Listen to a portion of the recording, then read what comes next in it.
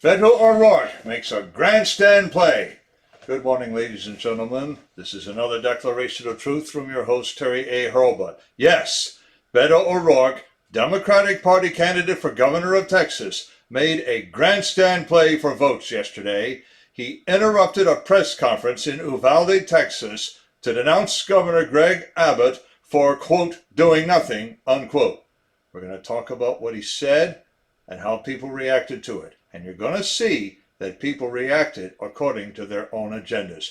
We are literally at the point in American politics where, to quote the Latin phrase, de gustibus non disputandum, which means there is no accounting for taste. Before I begin, I want to shout out to the sponsor of this channel, which is Conservative News and Views, link in the description. And be sure to check out the awesome CNAV Store. Scroll down near the bottom for that link. Lots of good merchandise there, including this t-shirt, the Trumpinator, saying, I'll be back. While we're at it, I'll shout out to another sponsor, BitNext. This is your replacement for Zoom, Slack, the Google G Suite, Microsoft Office 365, Dropbox, WeTransfer, and Chili Piper, among others. Unlike any of them, BitNext protects your content and conversations so well even the administrators can't see it. So this is your channel for secure comms, conferencing, cloud storage, and file sharing. Best of all, everything is back-end, so you don't even need client software. If you have a browser, you can use BitNext. Follow the link and give them a try. 28 days free of charge. Can't beat that with a stick. All right, ladies and gentlemen, grab a shovel. Clean up in aisle 23, which happens to be the congressional district that includes Uvalde. Governor Abbott called the press conference to address the Texas school shooting that claimed 21 innocent lives. Details on what happened at that conference come from the Texas Tribune, Independent Journal Review, the Todd Starnes newsletter, Patriot News Feed, Red Right Daily, and 2 stories from Fox News. Oddly enough, a reporter from CBS News gives the most honest assessment of what Beto O'Rourke did. Reporter Janet Shamlian said this, well, I did see what happened just before the press conference started. I was in the 3rd row on the aisle, and there were 2 people across the aisle from me.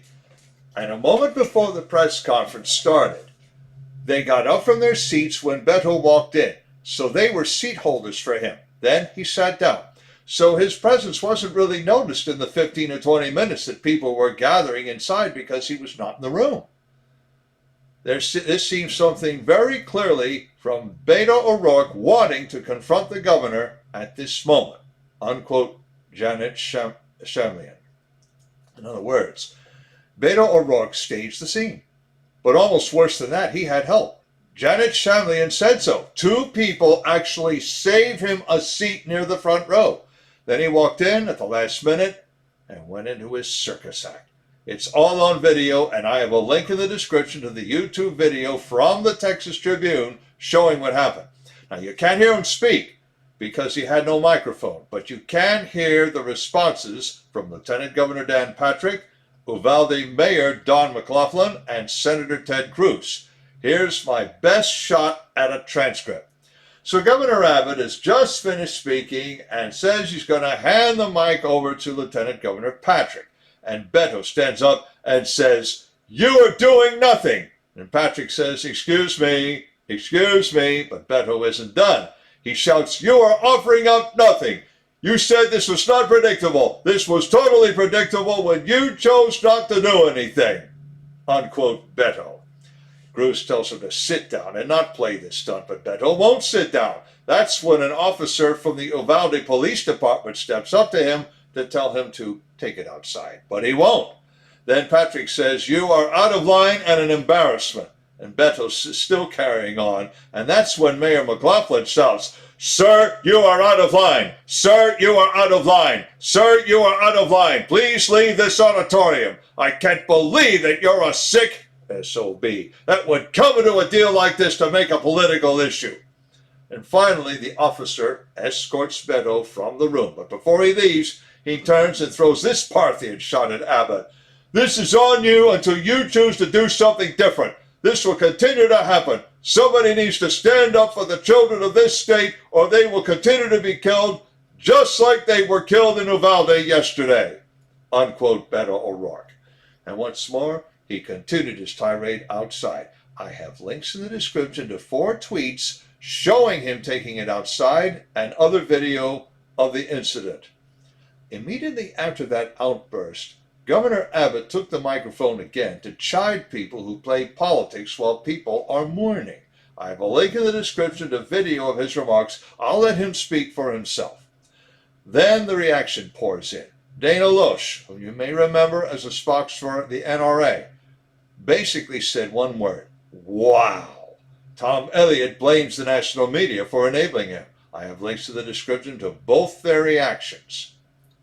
But of course, Beto O'Rourke has his cheerleaders in the House of Representatives, though mostly from out of Texas. Representative Dean Phillips from Minnesota tweeted, "Speaking truth to power," and a picture of the Tiananmen Square protester blocking tanks. He or Twitter moderation has since deleted that tweet.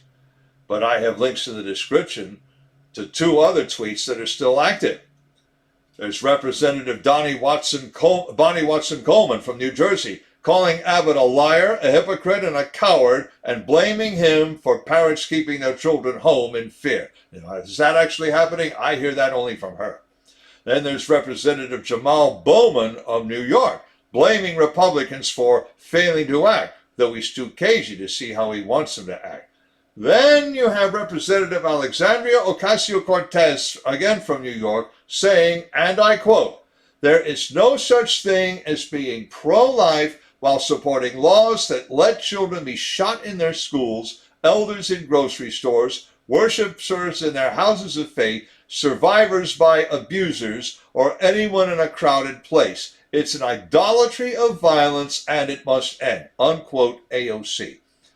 Now, just so everyone knows, Mr. Andrew Pollack, who lost a daughter in the Parkland, Florida school shooting incident 4 years ago, has a suggestion of his own. I have links in the description to his reactions too. Notice, he does not suggest confiscating guns. He wants better security in the schools.